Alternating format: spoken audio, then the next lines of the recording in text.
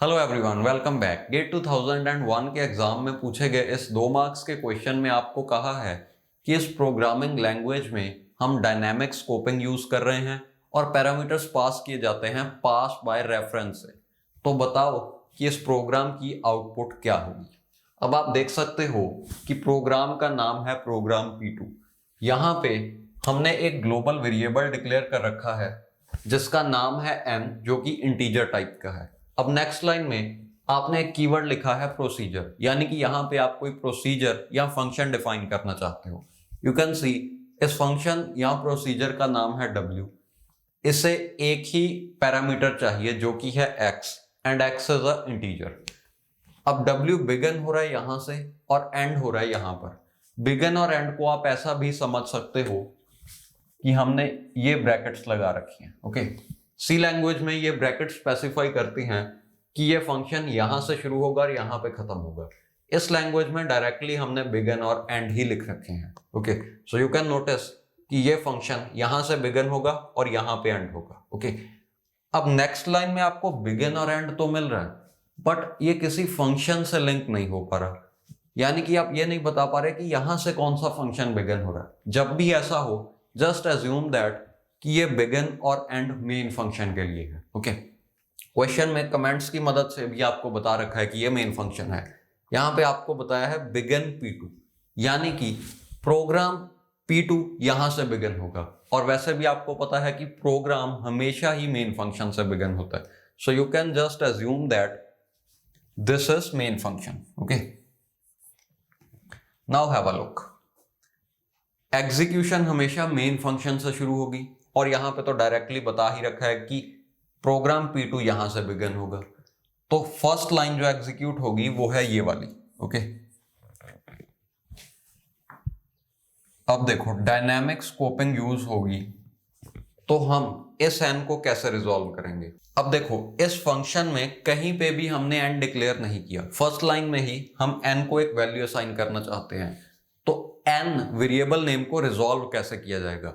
Question में आपको कहा है कि डायनामिक स्कोपिंग यूज हो रही है। डायनामिक स्कोपिंग में क्या होता है, जैसे मान लो आप किसी फंक्शन को एग्जीक्यूट कर रहे हो। सपोज करंटली आप इस फंक्शन को एग्जीक्यूट कर रहे हो, दिस इज द स्टैक, और इसमें सभी फंक्शन के एक्टिवेशन रिकॉर्ड्स हैं।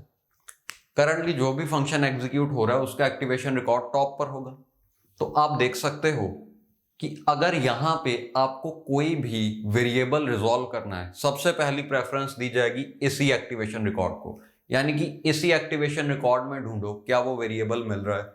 अगर आपको यहां पे मिला तो ठीक, अगर नहीं मिला तो इसके कॉलर फंक्शन में ढूंढो, यानी कि प्रीवियस फंक्शन में आ जाओ जिसने इसे कॉल किया था। अगर वहां पे भी आपको वो वेरिएबल नहीं मिल रहा तो उससे लोअर एक्टिवेशन रिकॉर्ड में आ जाओ। अगर यहां पे भी ना मिले तो उससे लोअर एक्टिवेशन रिकॉर्ड में आ जाओ। अगर यहां पे भी ना मिले फिर ग्लोबल वेरिएबल्स में देखो, यानी कि जब पूरा स्टैक खत्म हो गया, जब आप बॉटम ऑफ स्टैक पे आ गए तो आप ग्लोबल वेरिएबल्स में देखोगे। अब देखो यहां पे सबसे पहले यही फंक्शन कॉल हुआ है, मींस सबसे पहले यही वाला एक्टिवेशन रिकॉर्ड होगा। और यहां पे आप n को रिजॉल्व करना चाहते हो तो आप लोअर एक्टिवेशन रिकॉर्ड्स में जाओगे, यानी कि आप एंड ऑफ द स्टैक पे हो तो आप ग्लोबल वेरिएबल्स में देखोगे। मींस हम इस n की बात कर रहे हैं। तो ग्लोबल वेरिएबल्स मान लो यहां पे डिक्लेयर हो रहे हैं, वो रहा n। मेन फंक्शन की पहली लाइन में हम इस n को वैल्यू असाइन करना चाहते हैं। Okay, like this. Second line में हमने एक और फंक्शन कॉल किया जिसका नाम है d। अब जब भी फंक्शन कॉल होता है तो एक्टिवेशन रिकॉर्ड पुश होगा, तो हमने d के लिए एक एक्टिवेशन रिकॉर्ड पुश कर दिया। तो ये रहा प्रोसीजर d, ये यहां से बिगिन होगा। फर्स्ट लाइन है where n int, यानी कि d के अंदर हम एक n नाम का वेरिएबल डिक्लेयर करना चाहते हैं जो कि इंटीजर है। ओके, अब सेकंड लाइन में हम एक वैल्यू असाइन करना चाहते हैं 3n को। मैंने आपको बता रखा था सबसे पहले करंट एक्टिवेशन रिकॉर्ड में देखा जाएगा। तो सबसे पहले यहां पे देखो क्या कोई n है। यस, हमारे पास n है, तो उसे एक वैल्यू असाइन कर दो। ओके, नेक्स्ट लाइन में हमने एक फंक्शन कॉल किया w और उसे पास कर दिया n। तो ये रहा w के लिए एक्टिवेशन रिकॉर्ड। अब देखो w को हमने एक पैरामीटर पास करना है जो कि है n। यहां से आप देख सकते हो कि n पास हो रहा है, बट क्वेश्चन में गिवन है पास बाय रेफरेंसेस यूज्ड, यानी कि n में जो वैल्यू प्रेजेंट है वो नहीं पास होगी, n की रेफरेंस ही पास हो जाएगी। यानी कि आप कह सकते हो n का एड्रेस पास होगा। किसे पास होगा? इस पैरामीटर x को।